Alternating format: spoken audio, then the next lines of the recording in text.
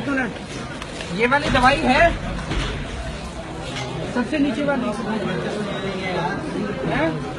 ये नहीं है, कब से खत्म है?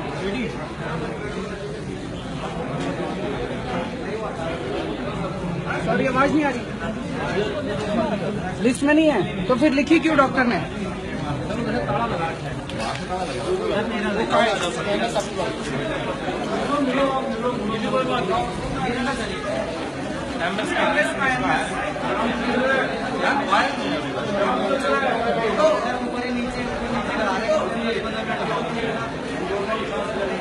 MS का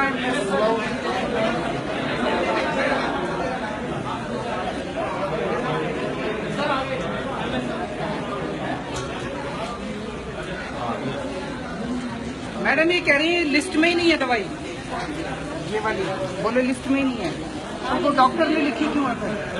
मना करते रहते हैं कि इससे बाहर नहीं लिखना। डॉक्टर को बुलाओ, डॉक्टर को बुलाओ। कौन डॉक्टर है? डॉक्टर कौन है? कौन डॉक्टर है?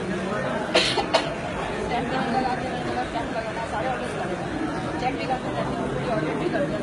तो ये भी नहीं पता डॉक्टर कौन है?